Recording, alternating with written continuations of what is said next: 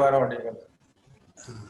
So I welcome Dr. Om Prakash from IIT Patna. He will talk about the importance of algebra for the engineers, particularly these algebraic equations. Algebra will be used for coding purpose. And I would like to introduce Dr. Om Prakash, who is associate professor of mathematics at IIT Patna. Before joining IIT Patna, he was associate professor at Banasthali University, Rajasthan from 2010 to December 2011. Before that, he was assistant professor in the same institutions from 2001 to 10. He is academically very sound professors and obtained second rank in the university at the graduate level. He is life member of Indian Society Science Congress Association Kolkata, lifetime member of the Calcutta Mathematical Society, lifetime member of Indian Mathematical Society Pune, and he has his research area is rings and modules, SQ polynomials rings, associated prime rings, and his expert research interest is algebraic coding theory, algebraic graph theory, algebraic number theory, and he has uh, published number of papers in national and international journals and attended many discourse at national and international level. He has presented paper in many national gathering as well as international gathering. And dear students, no doubt algebra is a very important subject for the students of engineer. Now the technology is moving very fast. It is changing very fast, particularly in the area of computer science and engineering. Now we are entering in the domain of artificial intelligence, IoT, where you have to use algebraic expressions for coding. And therefore, with all these perspectives, keeping all these perspectives in mind, I have invited Dr. Om Prakash to deliver lecture and discuss with the students what is the importance of polynomials and algebra. Our study is limited to second order or third order polynomials, but the world of algebra is not limited to third order, where x to the power n and n may be assigned value 1000. This is the miracle of algebra, and then you have to solve all these algebraic equations. How it will be solved? This is the H person. Yeah, issue before all the engineers. With the help of Newton-Raphson method, numerical method, we solve only to third degree equations, and by factorizations we are able to solve x to the power 4 and so on equations. And beyond that, you have to solve algebraic equations in the complex world of coding. And therefore, this discourse will be very important for our students and faculty members. And with these views, I am again welcoming Dr. Om Prakash to make deliberations, enlighten our students, educate our students, teach us, and our knowledge level will be enhanced, our capacity will be increased, our capability will be increased. And again, I welcome Dr. Om Prakash to make deliberations and requesting all my friends and students to give him a big applause clapping. Thank you so much, sir. Okay. Let me know I am audible to everybody.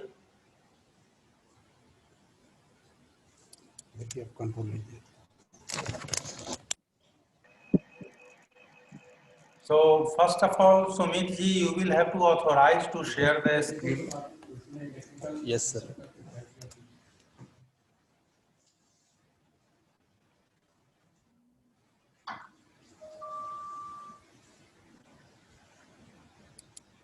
Sir, you can try it now, sir. Yeah. Sure. Now I am sharing the screen.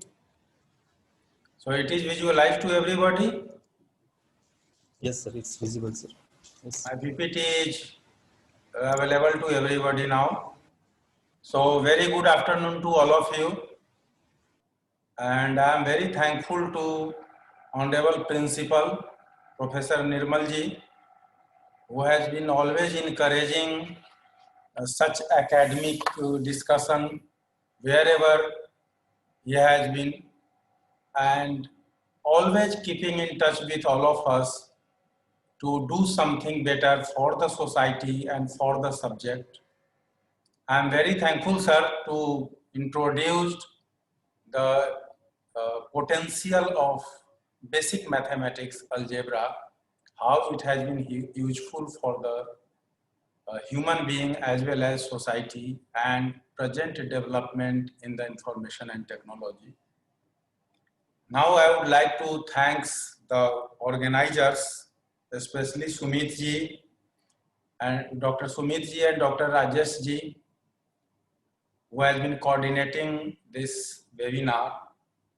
Also, I would like to thank Sarika, Dr. Sarika, who is convener of this webinar. And with these words, now I would like to move towards the discuss about the topic. Of course, as sir is told that most of the participants are students. I think BTech or MTech students. Am I right, Sumit ji? You are unmute little for few minutes. Sorry, sir. Sir, mostly we take all engineering, civil, mechanical, electrical, EC and CSC department are there. Okay. BTech students. BTech. So I think it would be better I'll discuss only few basic things.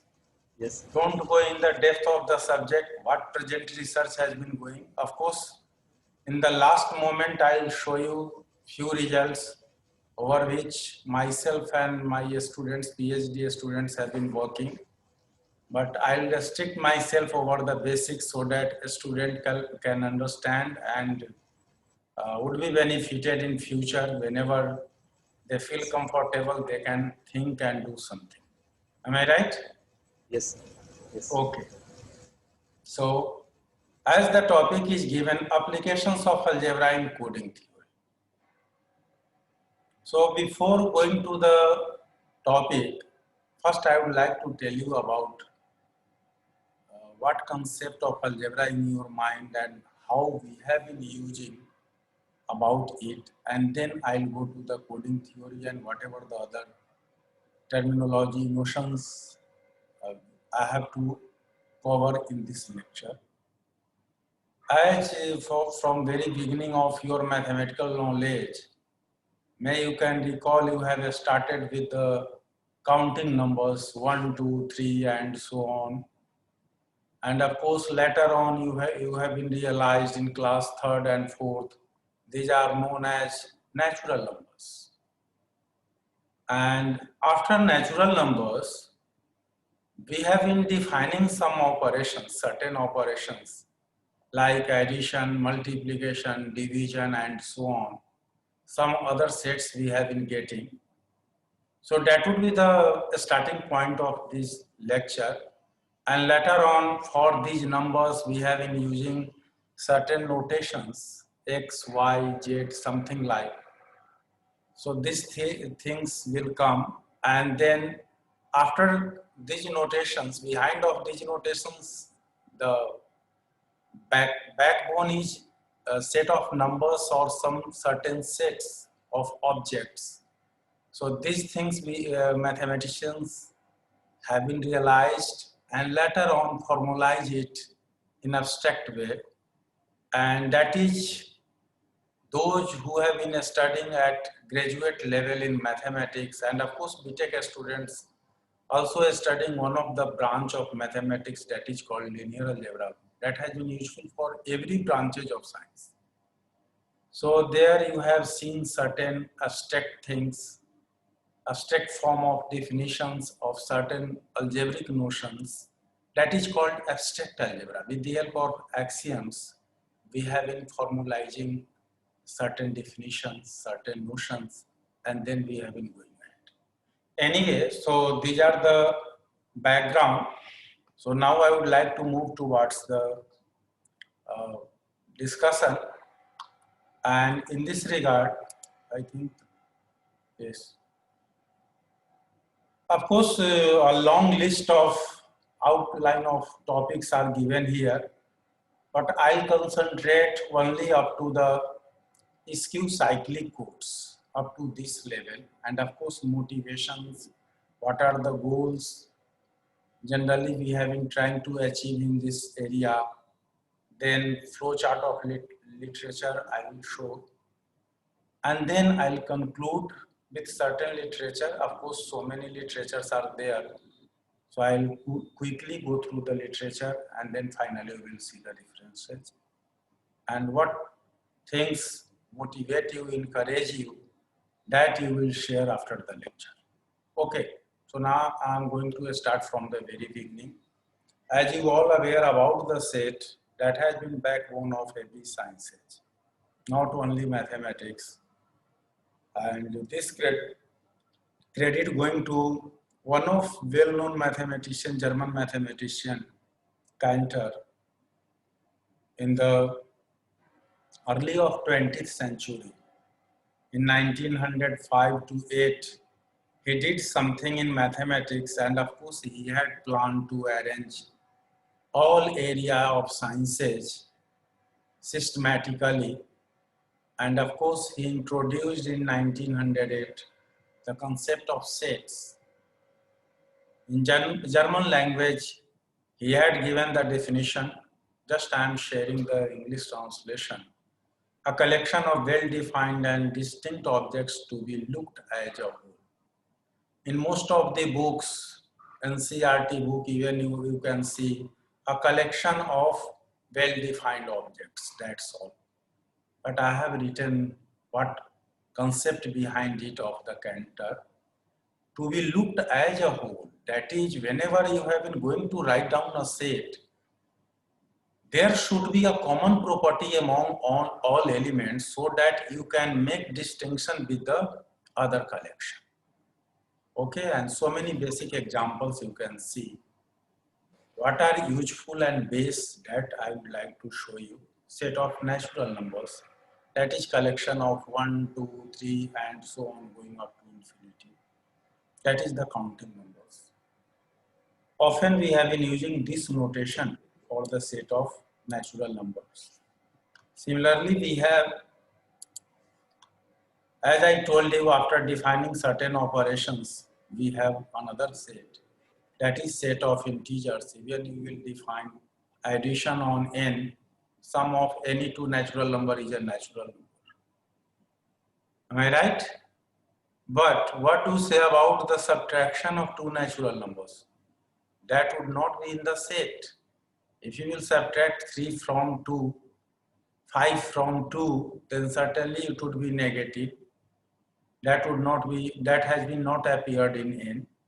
So needs of new set arises, and finally new set came into picture, that is represented by Z. In the honor of Zermelo, may you can write capital I's for the set of integers. But in the honor of mathematician Zermelo, we have been using Z for the set of integers.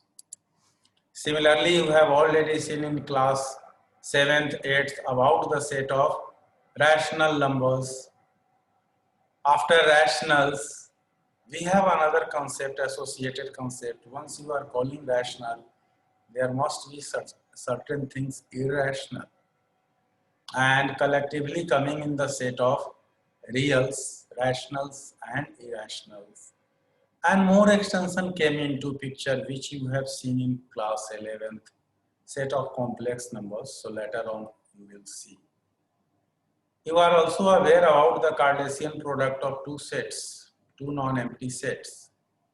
That has been denoted by this notation, Cartesian product of two non-empty sets R and S.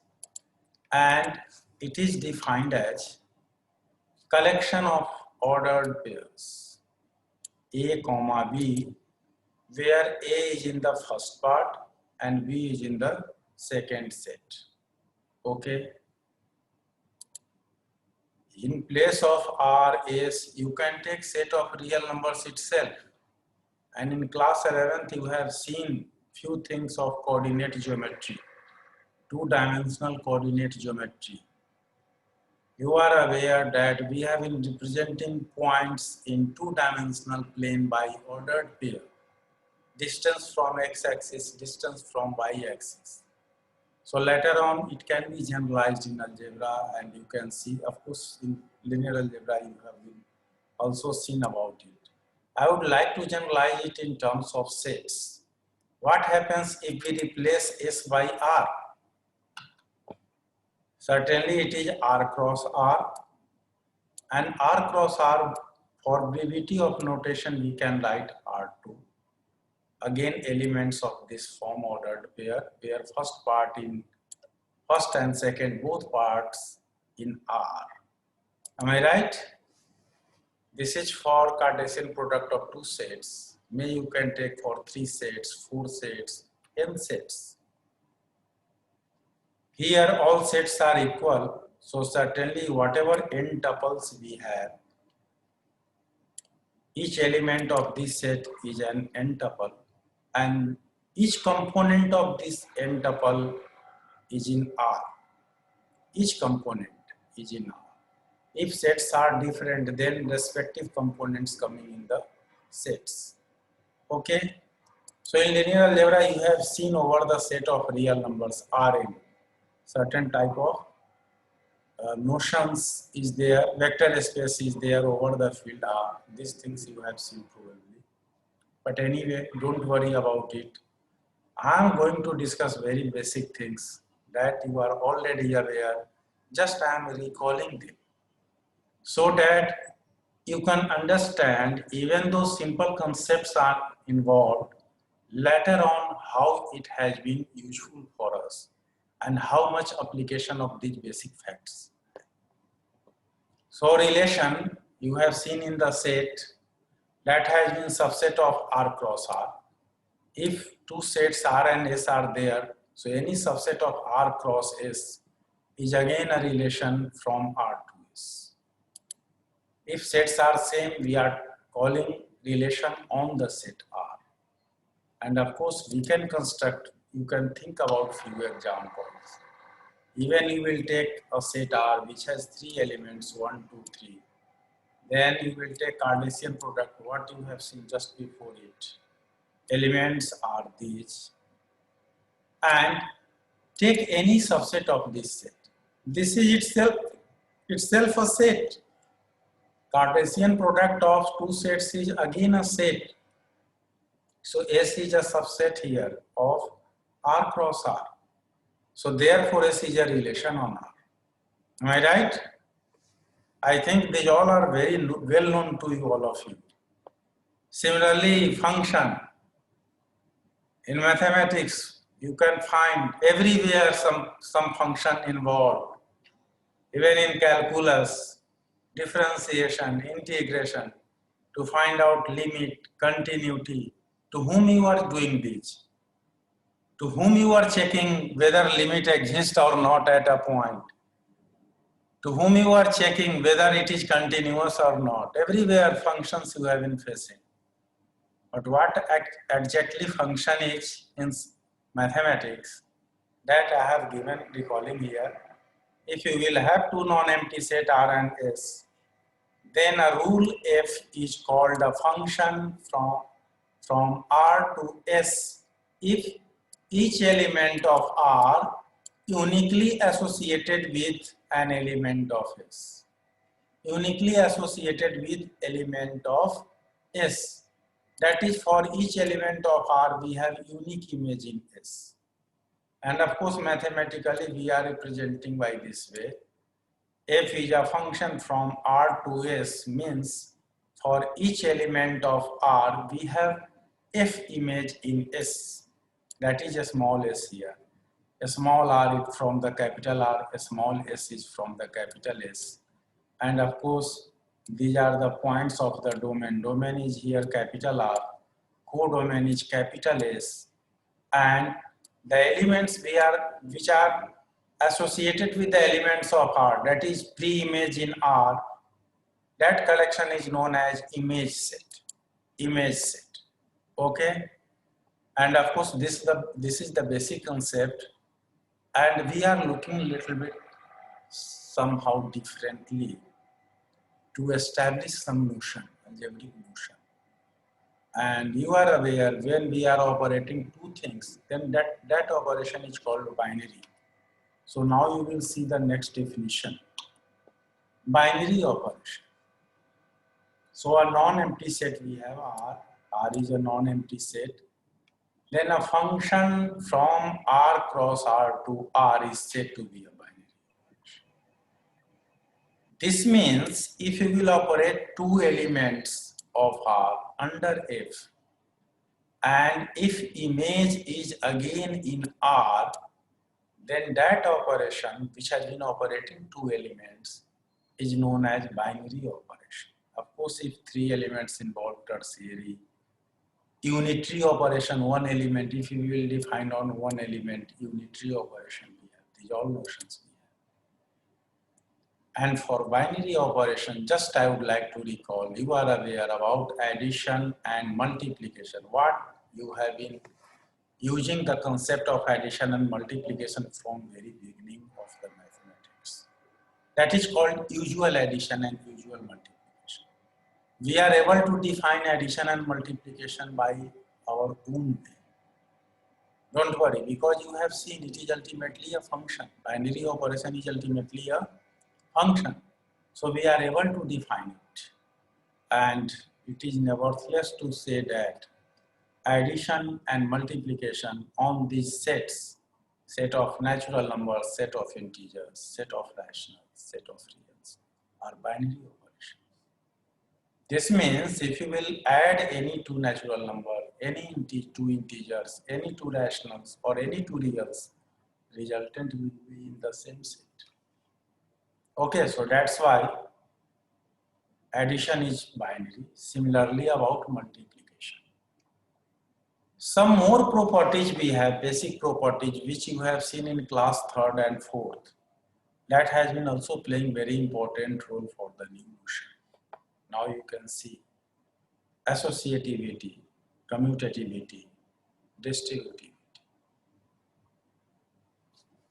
Quickly I would like to go because you have already checked these things. Any three elements A, B, C of the underlying set, even you will assume set is R or N or Z or Q or R, any fixed set here. From that set, these elements have been coming and operation is addition. If A plus B plus C is equal to A plus B plus C, then we called addition is associative over the set from where elements are coming. Okay. Similarly, multiplication is called associative if this equation is satisfied. Similarly, about the commutativity of addition and commutativity of multiplication, we have conditions. Distributive law. You are aware about the distributive laws and what usual addition and multiplication we have.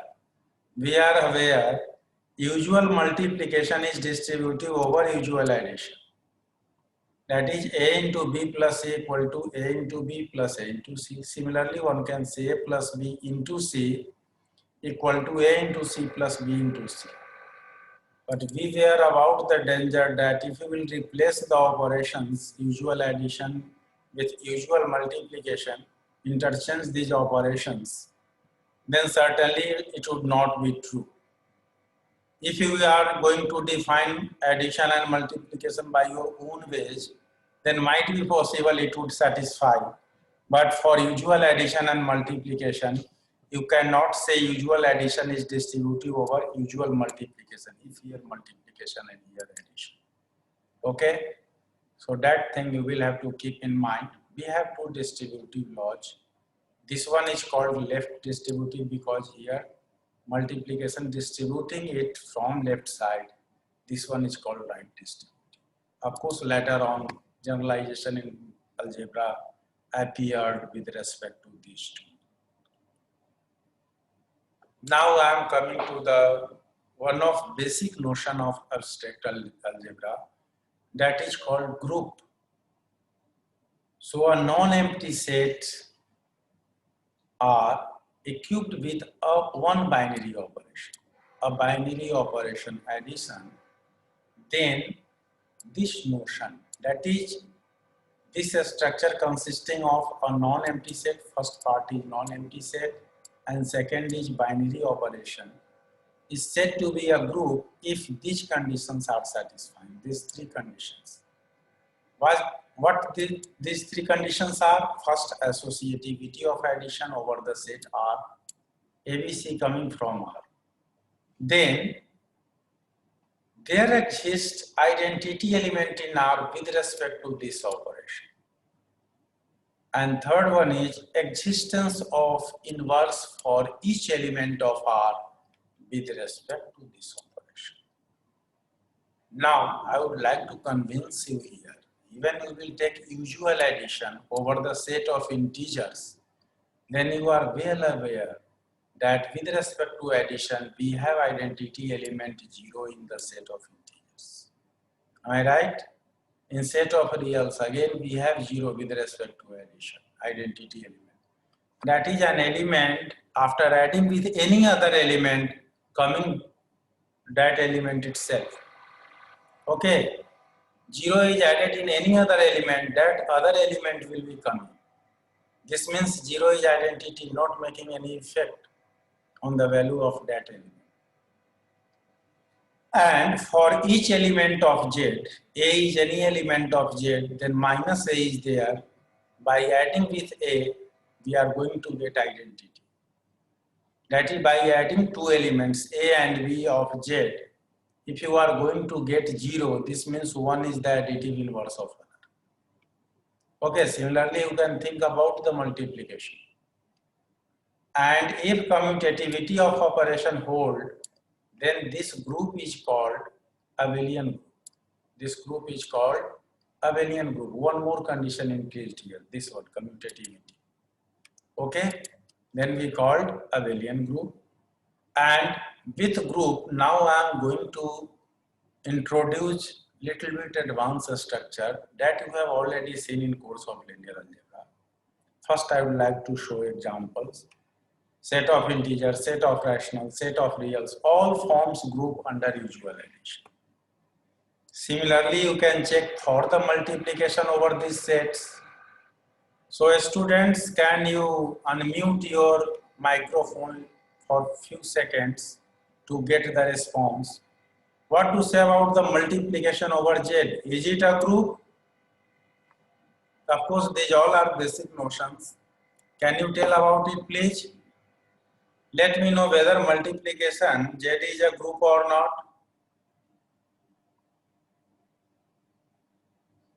Hello. Am I audible to all students? Yes, sir. Please give the response. What about Z with respect to multiplication? Yes, sir. You can talk. Is it a group? Yes, sir. No, it is not a group, because multiplication is binary, as I told you.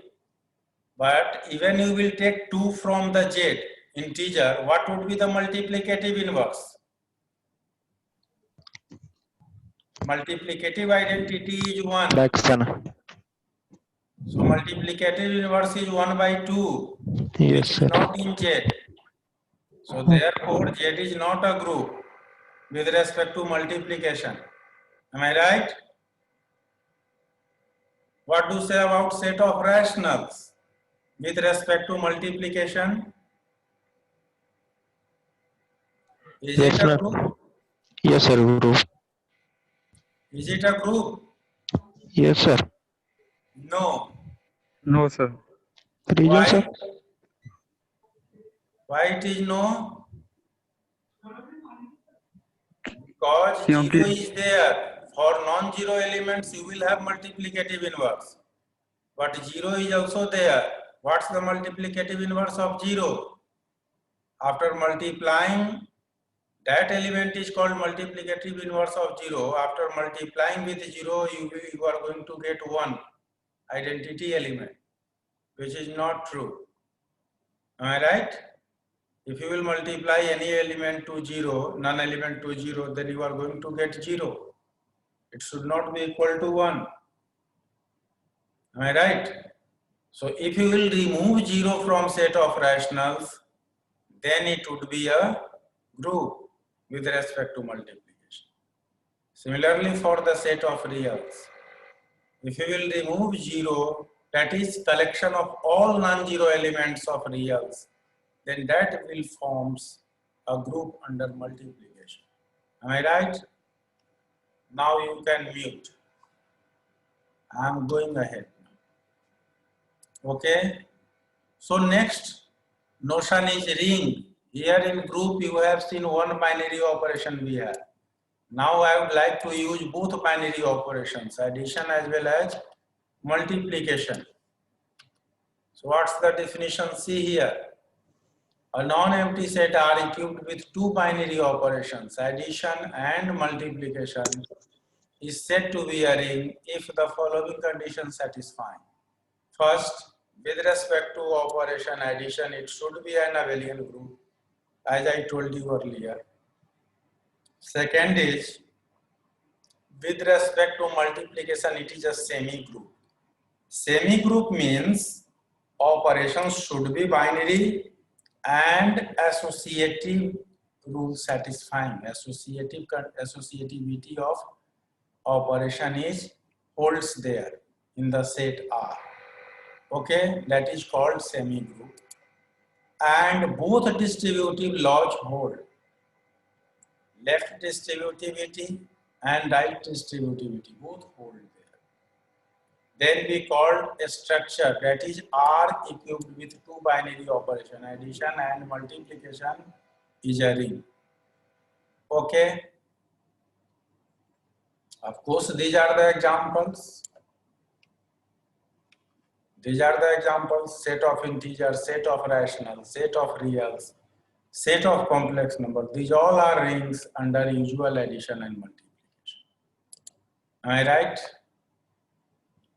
So after ring, something little bit advancement just by using the conditions, properties, what you have already seen, going to define here. And some specific type of subset should be also there. Even you can see in the set of integers Z. Integer means 1, 2, 3 going up to infinity, and then 0, -1, -2 going up to infinity. What happens if we will take collection of all integral multiple of 2? This means elements are 2, 4, 6, 8 and so on. And in left side you will have 0, -2, -4 and so on. What relation exists with this new set and what relation exists between this new set and Z? Can you say about it? Hello? Am I audible? Yes, sir, you are audible, sir. So set of integers is subset of Z.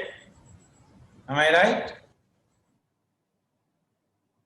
That collection of all multiples of 2 will be in Z. Similarly, you can think about multiples of 3. 3, 6, 9, 12 and so on.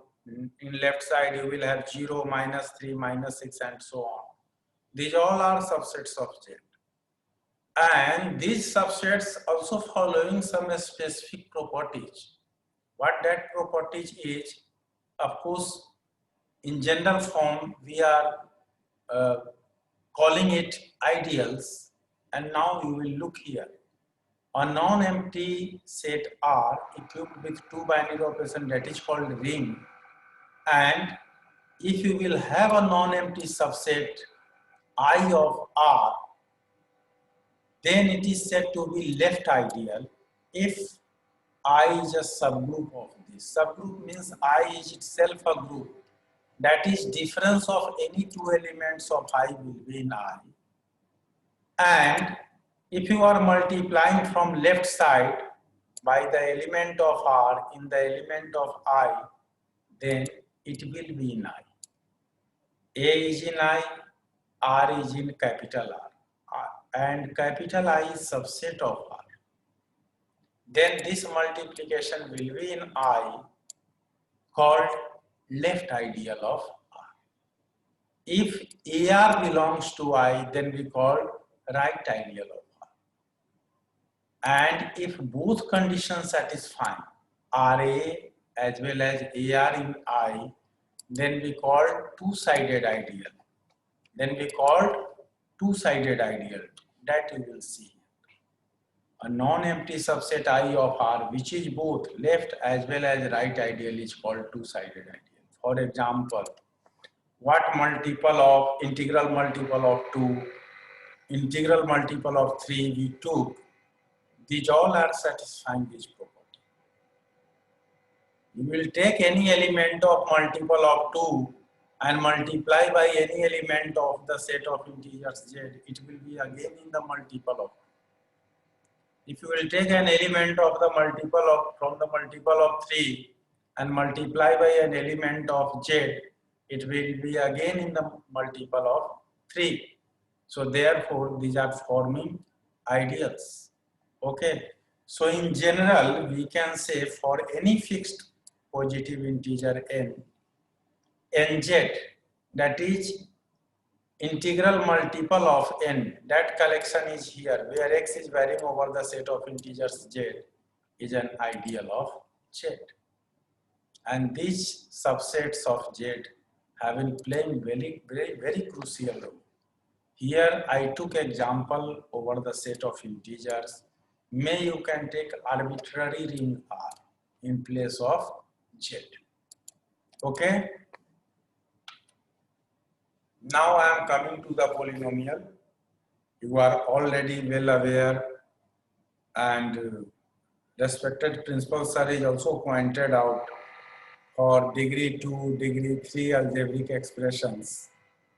We have been finding roots and some other things. Of course, to get the solution 0 of the polynomial means roots of the polynomial by factorization or by certain standard technique we have been obtaining.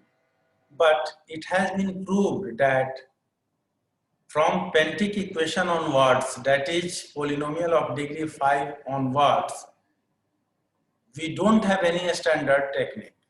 Of course, in algebra, certain schemes are there by which we have been getting the solutions. And of course, you have also seen the concept of complex analysis, where the Myers theorem you have seen. By using them, we are also able to find out roots of certain polynomials. But just I would like to recall the general definition of polynomial, which is of the form a0 plus a1x plus a2x square dot dot anxn, where a0, a1, a2, n, these are elements of R, and x is the variable, is called indeterminate. It's called indeterminate.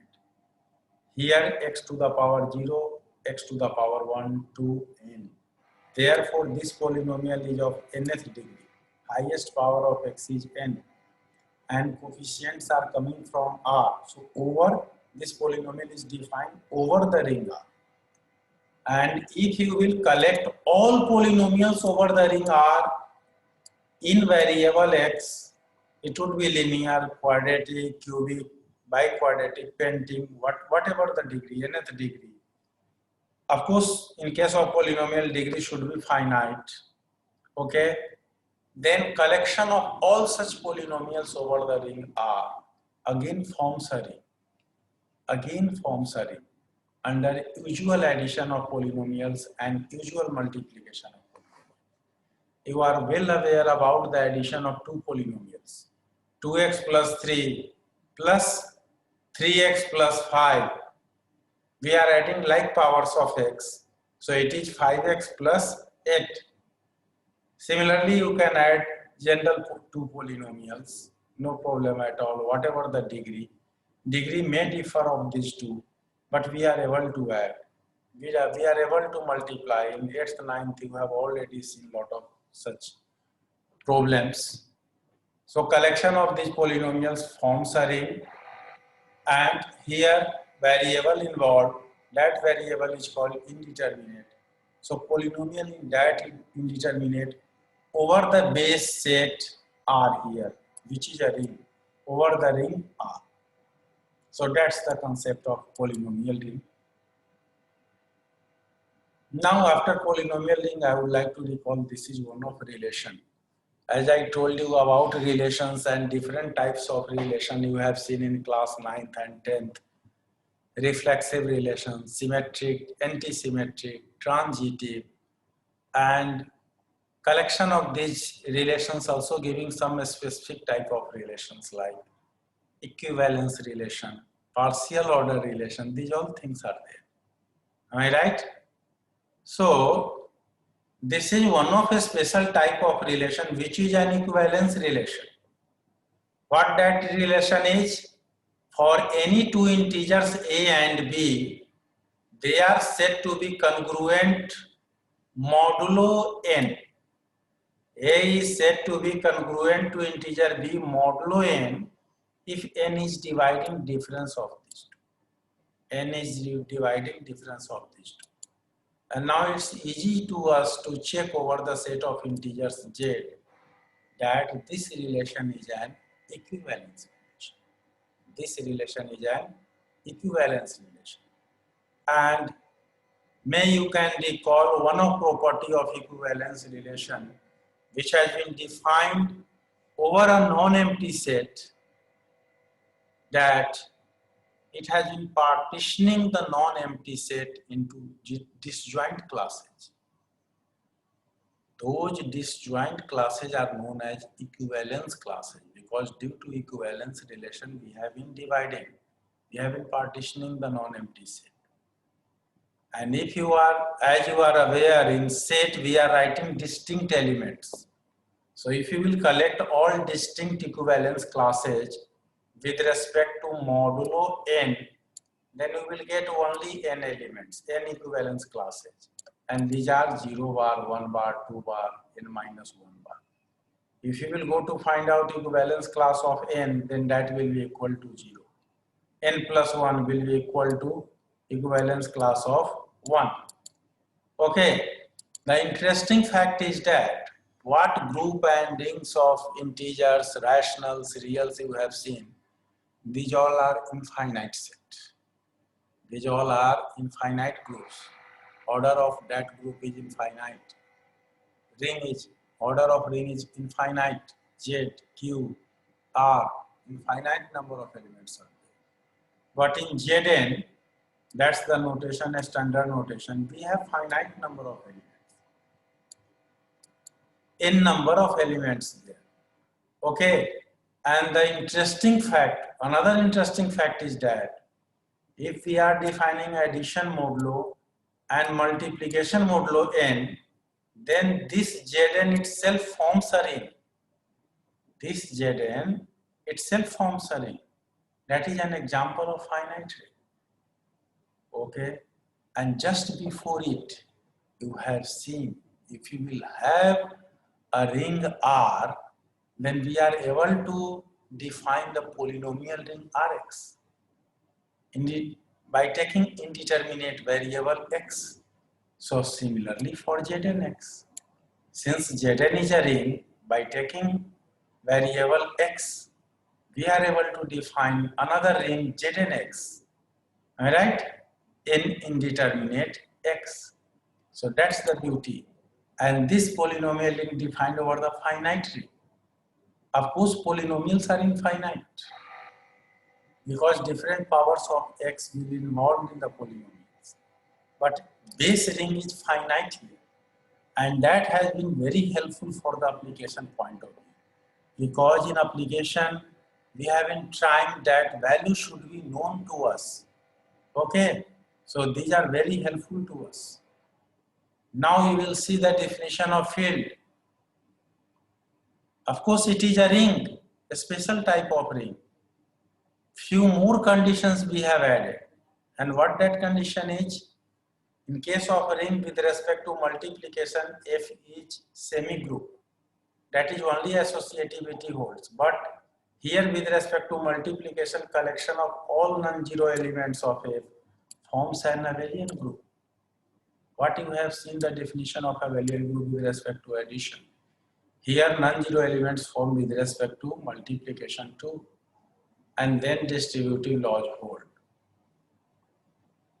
It is called a field, and in field certainly we have added few more conditions, so we should have more flexibility to work here. So many condition holds here. Okay. Now see these examples for the field. Set of rational numbers, set of real numbers, set of complex numbers. These all are fields. You will keep in mind set of integers is a ring, but it is not a field. As you have seen, multiplicative inverse does not belong there. Okay. Similarly, Zn, what you have seen, or Zq you will write, where q is a prime integer, Zq will be also a field. That's an example of finite field. And a starting of coding theory done over the finite field, initially at binary field, and then it has been extended later on. And of course now these days, even in PC, you can see whatever information is going, that has been machine understanding in terms of 0 and 1. These are elements of F2, finite field, which has only 2 elements. Binary Boolean field, Boolean ring, over Boolean ring we have been doing. Okay. Now we have some generalized concept of module. Of course, for engineering students, you have not faced it, but just I would like to recall, you have seen the concept of vector space, and module is ultimately a special type of vector space in which in place of field, we are taking ring. That is, this is more generalized than vector space. What properties holds in vector space? Same properties we are taking here. That is, if it's satisfying these 3 conditions, then we are calling module. And what you have seen in linear algebra about vector space, existence of basis, and once basis, every vector space has a basis. Number of elements in a basis is known as its dimension. So these things are known to us, and in terms of those notions, we are again able to do something that is towards the basis of a module. But we should aware about the lacuna due to generalization of the concept of vector space as module. In vector space, you have seen every vector space has a basis. These all theorems you have seen probably if you have studied this course, linear algebra. But in module, this is not true. A module has a basis or may not. Okay, it is not necessarily be a basis. But if basis exists, then that would be very helpful to us. So therefore, we are defining another term, finitely generated module. That is, by taking a subset, we have been trying to find out generating set. So before that, you will see here submodule. Any non-empty set n of m is said to be submodule if n is itself a module under the operations of n. And as I told you, in context of module, base is ring.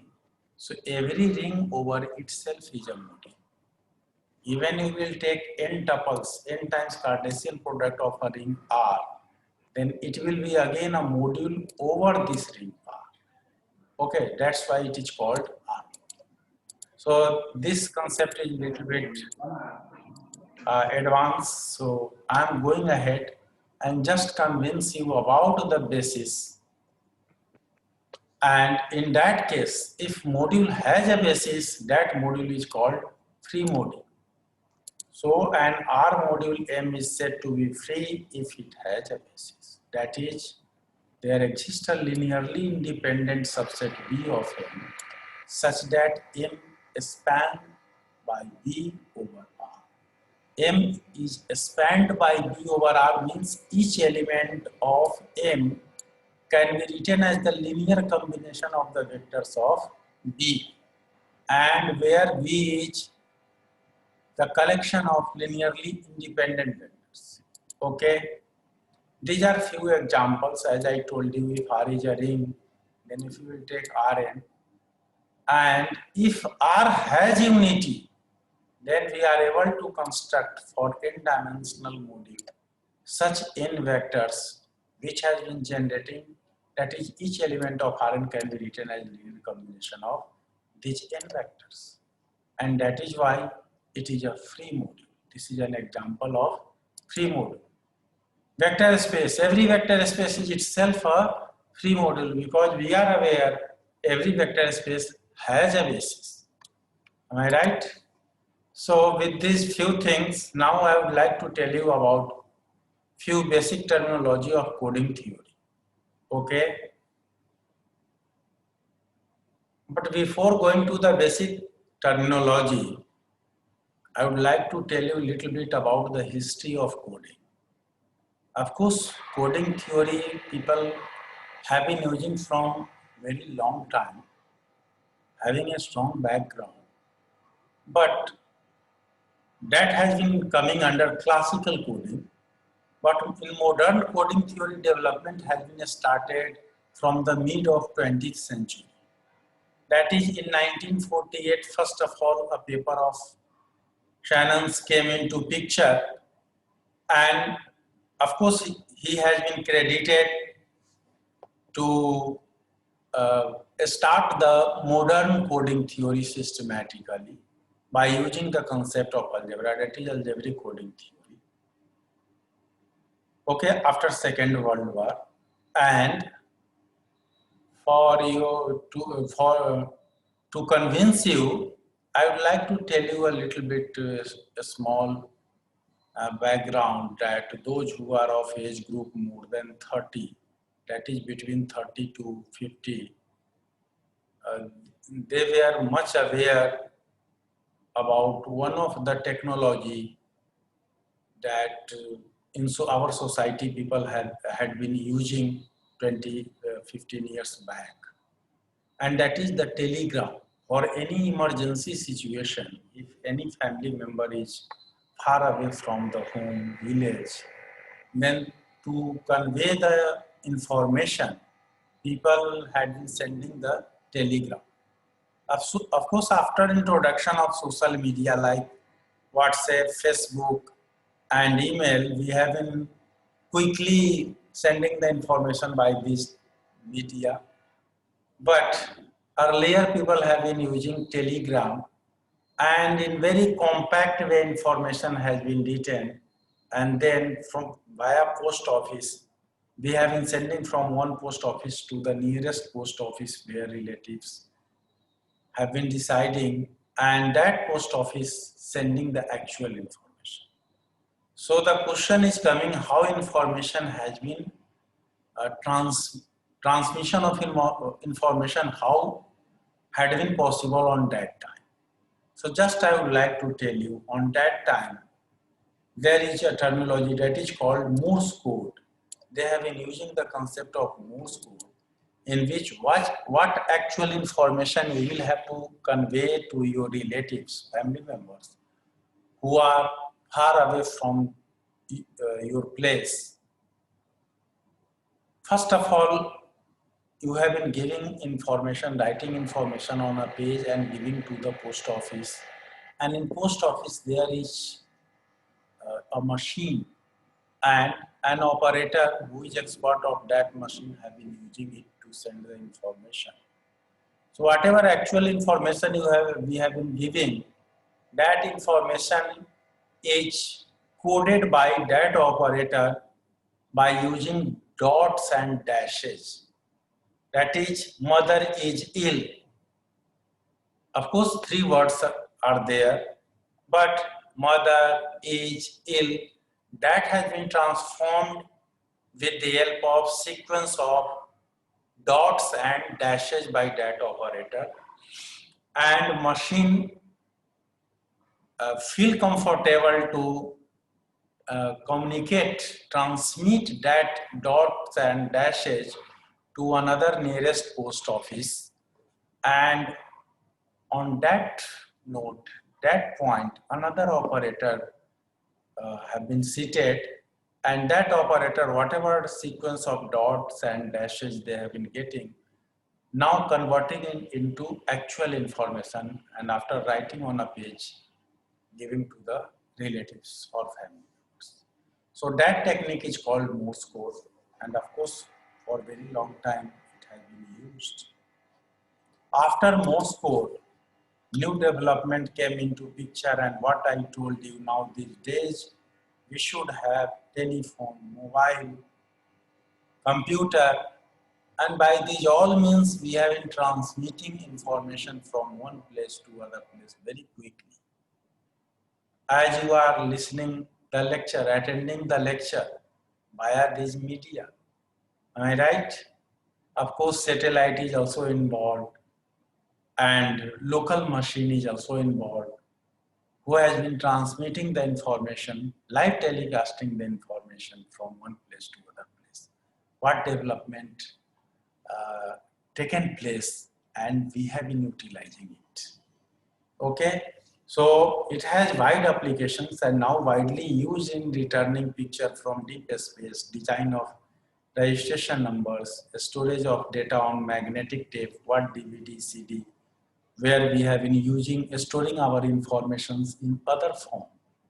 So these all are the development in information technology with the help of codings.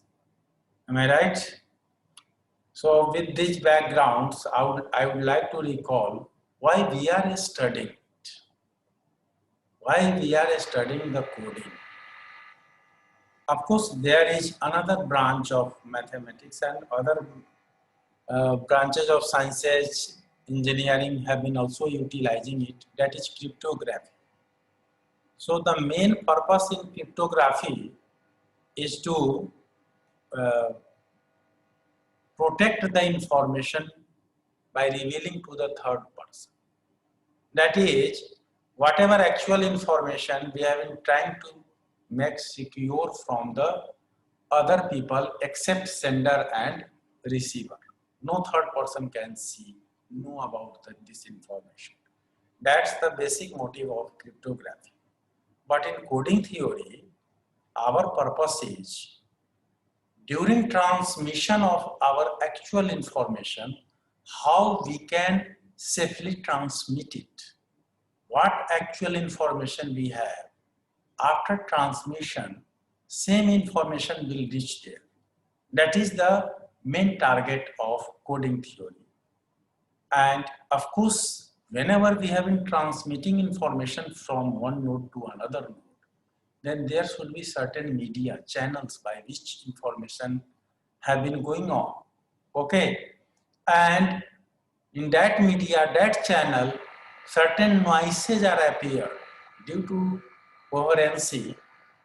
Some noises are natural, some are artificial due to the material of the machine or whatever techniques we have been using, man-made techniques.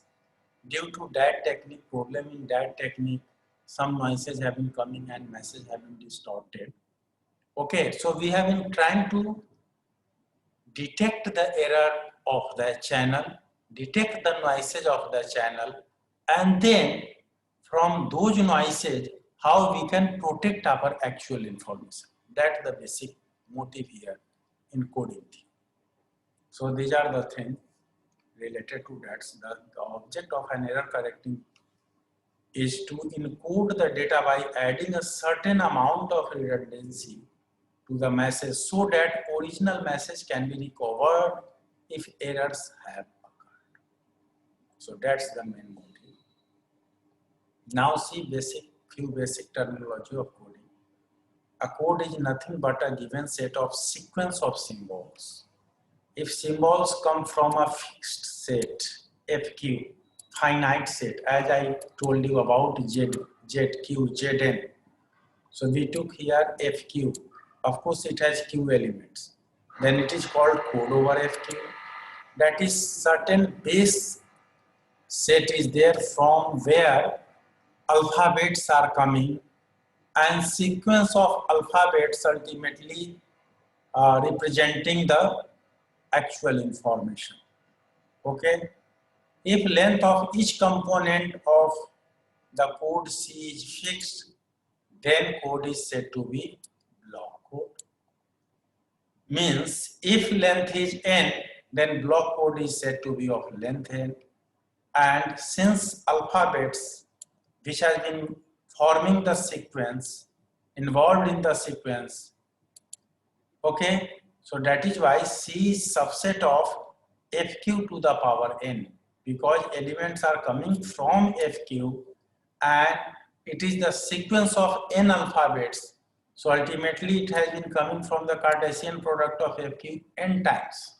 So that's why I recalled you the definition of Cartesian product. For example, you can see here over the binary field F2, it has only two elements, 0 and 1. And whatever sequence of alphabets is written, because we have only two alphabets, 0 and 1, these are collectively representing the code C. And the elements of this C, first element, second, third, fourth, these are known as code words of the code C. Okay, these are known as code words of the code C. Now you can understand a little bit via the flow chart what concept is involved behind it. Whatever actual information we have, by converting it into machine language, if machine is understanding only the chain sequence of informations in terms of 0, 1 or 0, 1, 2 or 0, 1, 2, 3 up to 8 or 9. So in that terms, we have in first of all encoding the actual information and then coded information passing through the channel. This coded information, that is called code word, passing through the channels, where certain natural or artificial noises are appeared. And due to noises might be possible certain distortion of actual information happen. Okay, so ultimately we have in receiving that distorted information. And after obtaining that vector, that information, distorted, coded information, we have been doing again some work here to get the actual information. What message sender sent, ultimately that should reach to the user. That should reach to the user. So certainly in this communication of information from one place to other place, user, and what communication channel is here, mainly we are doing two things. One, from actual information to coded information, and from coded information to actual. And of course, transmission is going along the channel. So two functions we are using here, one for encoding, another for decoding. And to control the noises, certain redundancy has been attached, which has been controlling, that is detecting and correcting the errors during the transmission of information from the channel. Am I right? So after that, few more things you will see, basic definitions. What I told you via flowchart. A binary block M, N code consists of encoding function E from F2M to F2N. See here, initially information is in M dimensional, and after coding it will be in N dimensional space. And since our actual information is M dimensional, so again we are applying the coding function on N dimensional, so that dimension of our actual information will come at the user side to the receiver. Actual information can be obtained. Okay, of course, whatever the information passing through, that is called code words, and with certain properties of these code words, we are going to get a code. So in algebraic coding theory, our main concern is to code should be a linear subspace or submodule, what notion I have already shown you. But before that, you will see another terminology that is called distance function. So if A and B are two elements of F2n, it is n times Cartesian product, then distance between A and B is denoted by this notation, d of AB. Those who are of mathematics will aware about the metric, that is the measure of the distance, and defined as, that is, value of this distance is equal to the number of places in A and B where corresponding components are different. That is the number of components in A and B where corresponding components are different. And mathematically we are also able to write by this way: sum of xi, where value of xi is 0 if ai equal to bi, and value of xi is 1 if ai not equal to bi. So ultimately it is the number of places where components of A, corresponding components of A and B are different. That is called distance function. Later on you will see also Hamming distance between two code words, and later on for a code C. So now you can see here linear code. As I told you, linear code C of length n over a finite ring is ultimately R submodule of Rn or subspace of Fn, where F is a field for the vector space and R is a ring for the module structure. That is why it is submodule. And as I told you, even you are working over the vector space, then there is a basis for each subspace. That basis is also very important, and for in the context of module we are calling dimension as the rank. So as per this structure Rn or Fn, it has been showing that length of the code is n, and if rank is k, that is dimension of the subspace is k, then linear code C is represented by this notation, nk linear code, where n is the length of the code and k is the rank of the code. Of course, if uniqueness is there corresponding to each code, so we have been using this notation. Now you will see Hamming distance. Again, same type of distance what you have seen.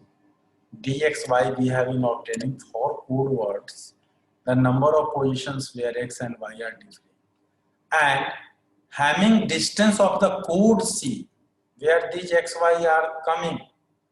So Hamming distance of code C is the minimum of all dxy where x and y are different and elements of C. X and y are different to each other and are elements of the code C. And if D is the value, linear code with distance D, Hamming distance D, then what above you have seen nk, now we are attaching D here, nkd. There is certain interesting fact related to this D, N, K and D. That is why we are representing codes by this notation. So now you can see few examples. This is one of the code whose length is 3. See here, sequence of 3 alphabets. Alphabets may repeat, no problem at all. We are taking Cartesian product 3 times. Then 2 non-zero elements have been generating these all 4. So here C rank is 2, and minimum distance between any 2 is 2 because differing at 2 positions. Therefore C is a linear code, and briefly we are able to write it as 3, 2, 2 over the finite field F2, binary field F2. And with these basic concepts, we have concept of generator matrix. As I told you about basis of linear subspace and of course for codes. We are also able to write it as a matrix, and by using concept of matrices, we have been very easily computing it. Okay, so what do you mean by generator matrix? C be a linear code NKD, then a matrix of order K cross N. K is the rank and N is the length. So order is K cross N. Being rank K, K vectors can generate C. See here, rank 2. So 2 vectors can generate the whole set C. So here K vectors generate. So write each K vectors as the row of the matrix. Then that matrix is said to be generator matrix of the code for the code C. Now you will see the example again about the generator matrix of the same code C. See here these two elements 0, 1, 1 and 1, 0, 1. This matrix, that is rows of this matrix forms a basis of the code C. That is why we are able to write generating matrix by this for the code C. Now, once you know about a code that is in context of linear vector space, subspaces, once you will have a subspace of a vector space, then we have concept of orthogonal complement of that vector space. That is, two vectors are perpendicular to each other, and wherever these two vectors coming from different set, one is called orthogonal complement of other. So similarly, we are defining dual of code C, which is a subspace. Those elements X of Rn such that inner product of X with C is 0. And inner product means you are aware if n tuples A1, A2, A3, An, B1, B2, B3, Bn, 2 n tuples you will have, then its inner product is defined as summation Ai, Bi, I varying 1 to n. That should be 0. Component wise multiplication and after adding all components, it should be 0. This means vector A is perpendicular to the vector B. That is the concept of dual of the code C, and that will be also a subspace. Now parity check matrix, as you have seen generator matrix. Generator matrix is for the code C, and parity check matrix is the generator matrix of the dual of code C. What dual you have just seen. So C be a linear code, then its parity check matrix H is the generator matrix for the dual code. This dual of code C is represented by this notation.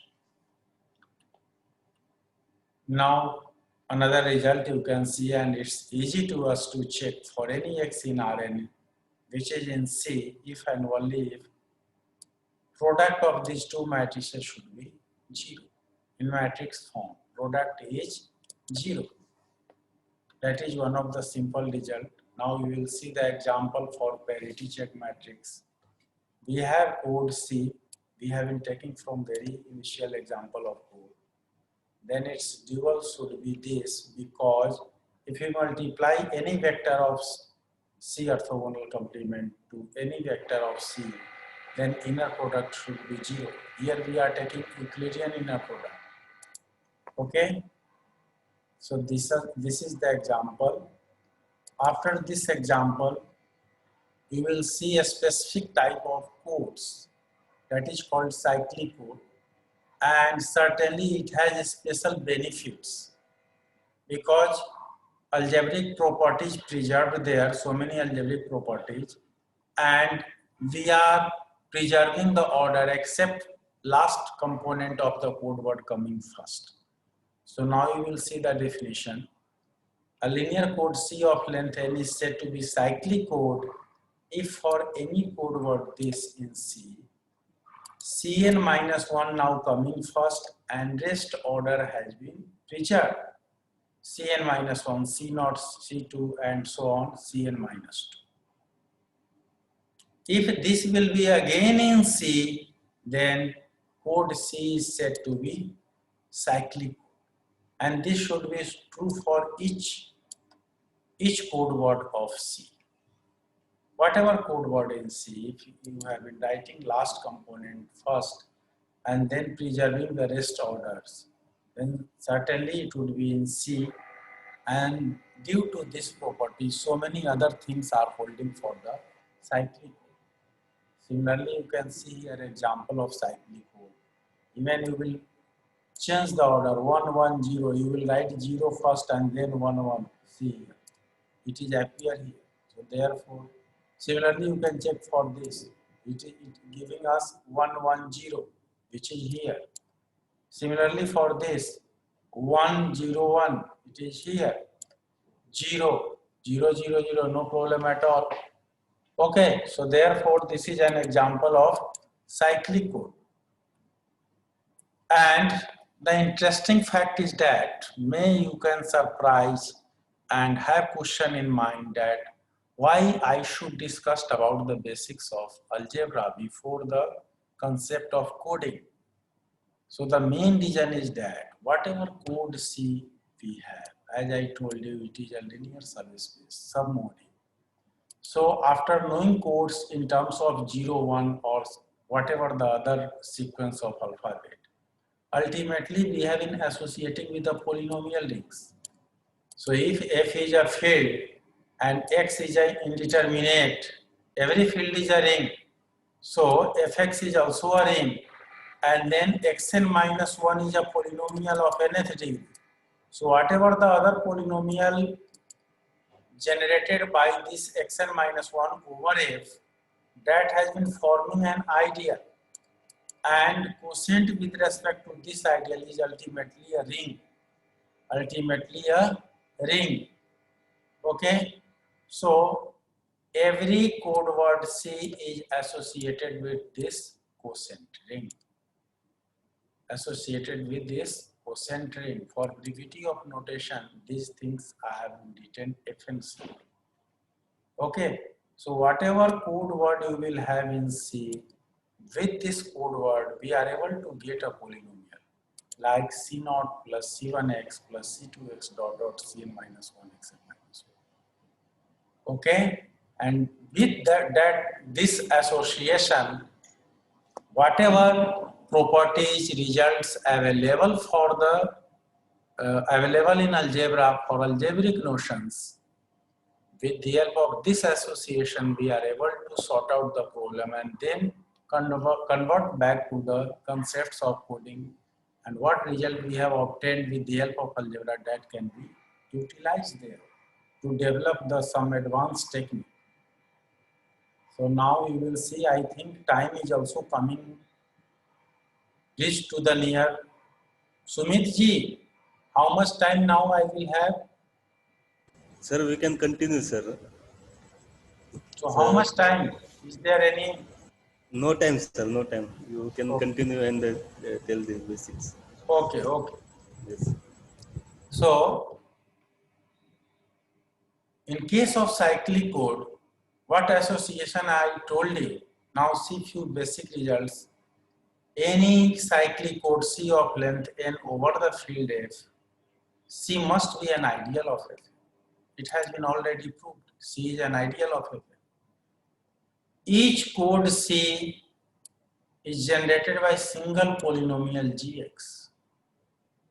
That is, if you will have little bit idea of algebra and any subspace or any ideal generated by single element, that is called principal ideal. That is called principal ideal. So every ideal is generated by single element. And similarly, Gx is a factor of xn minus 1. What quotient exists? Now you can see xn minus 1. So here Gx is a factor of that xn minus 1. And once we will know about the factor, we are able to generate other codes to over the same field. Of course, that should be a part of xn minus 1. That is, gx divides xn minus 1. And that's the remark. In order to find out cyclic code over this, we have to find all distinct irreducible factors of xn minus 1. You are aware about the prime numbers. And in algebra, we have concept irreducible element. Irreducible factor, that is whatever bigger things is given, we have been dividing into irreducible factors, linear factors, which cannot be broken now. Those factors are known as irreducible. Okay, so now why we need generator polynomial, that region is given here. So once we will know that generator polynomial gx of the code C is this, g0 plus g1x plus grxr, then as I told you earlier, with the help of matrices, we are able to get the actual representation of the code C easily by multiplying. Okay, so then the associated generator matrix is this. That's the standard form and can be easily visualized. What polynomial g0 to gr is given, we have in writing here g0, g1, gr. As you are aware, the number of columns depends upon the length of the code and number of rows depends upon the number of, that is rank of the code. So if R is the rank of the code, then it is k rows and number of columns is n. Similarly, once we will know about the generator matrix from the generator polynomial, then we are also able to obtain the parity check polynomial. And with the help of parity check polynomial, we are able to get the parity check matrix. So that concept is involved for parity check polynomial. And now you can see, just you have also seen parity check matrix generates the dual of the code C. If dual of the code C is equal to code itself, then that is called self-dual code. So that concept is also helping a lot to get the new codes.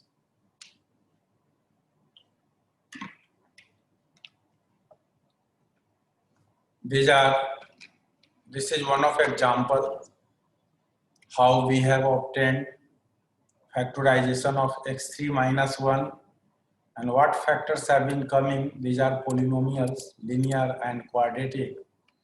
So one is the generating polynomial of code C, then another becomes, as you are looking the definition, parity check polynomial. That is responsible for the generator matrix for the dual of the code C. These are few generalization of the codes. What codes you have seen, cyclic codes.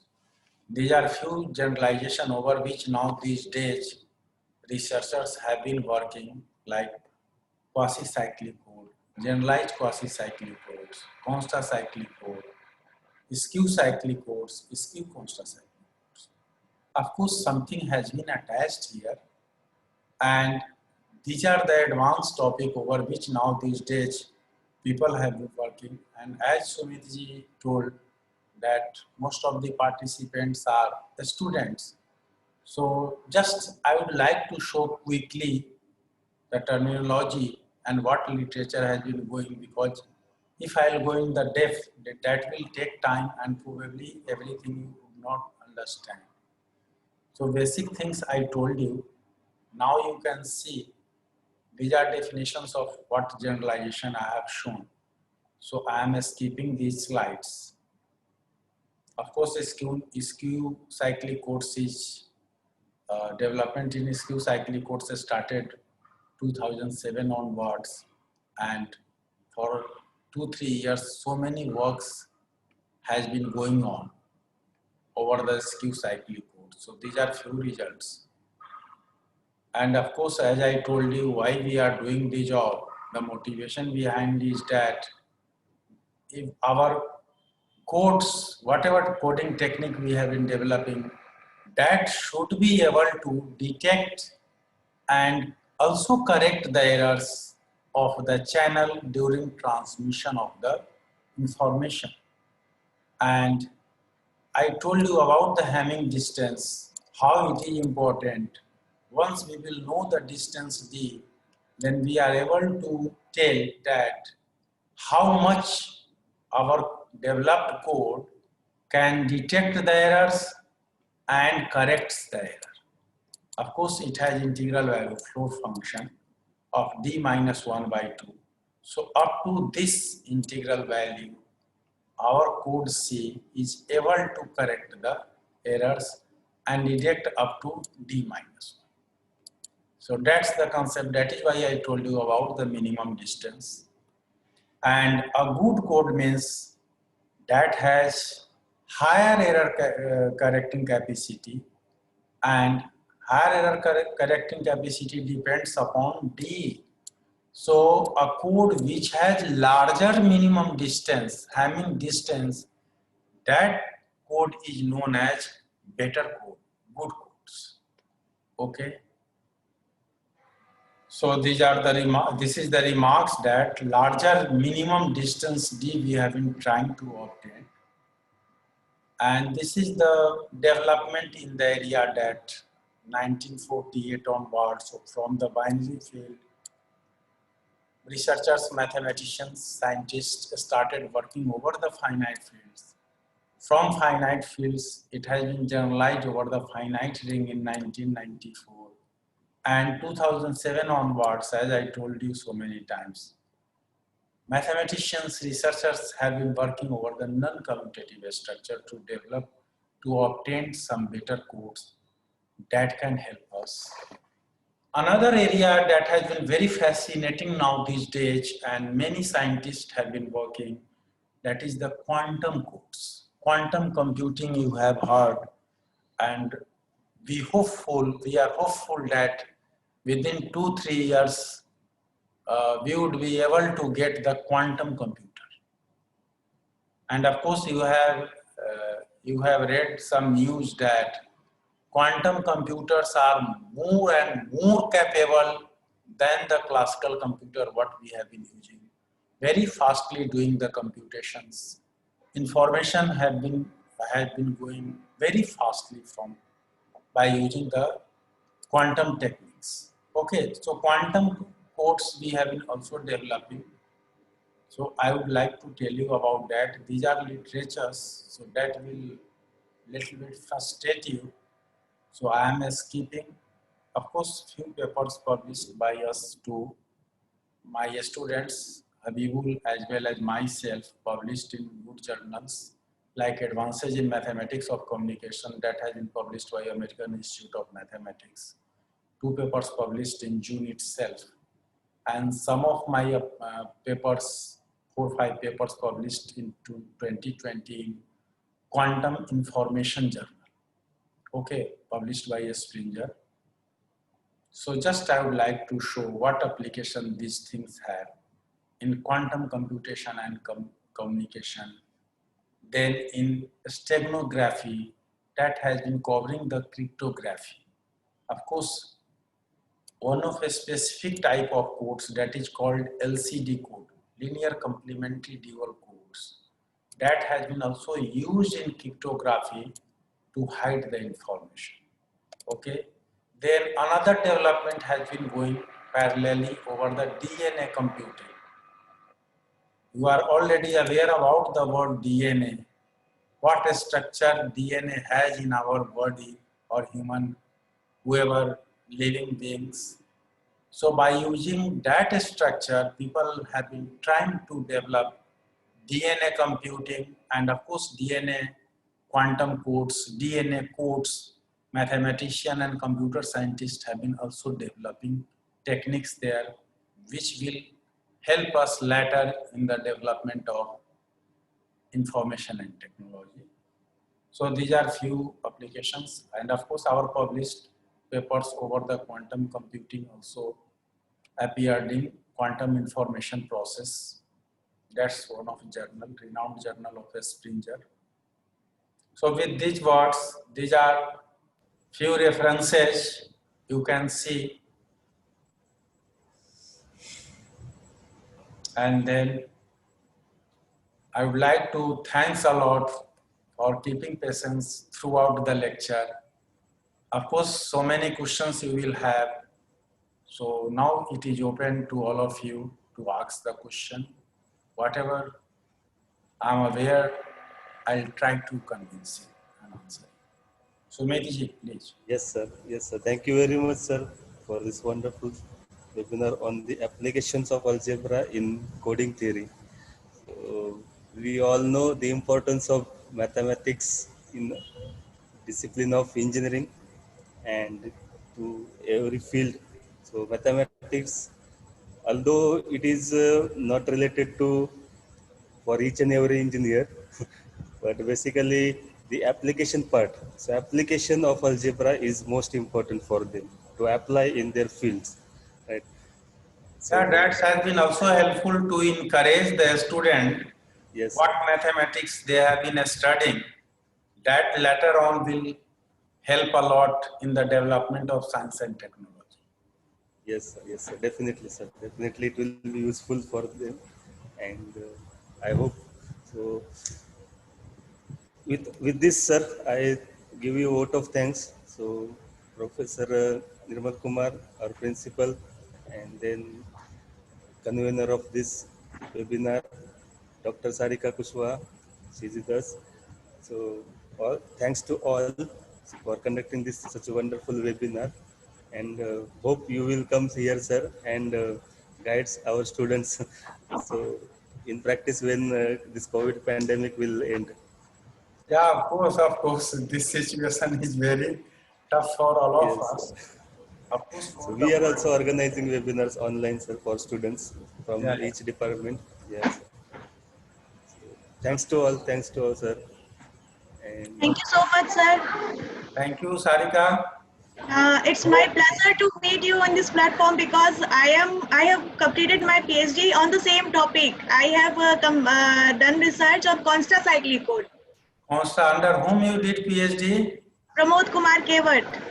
Okay, PK Kewat, ISM Dhanbad. Yes, sir. So he is knowing me very well. Yeah, He that's is why known to me. it's my pleasure to meet you.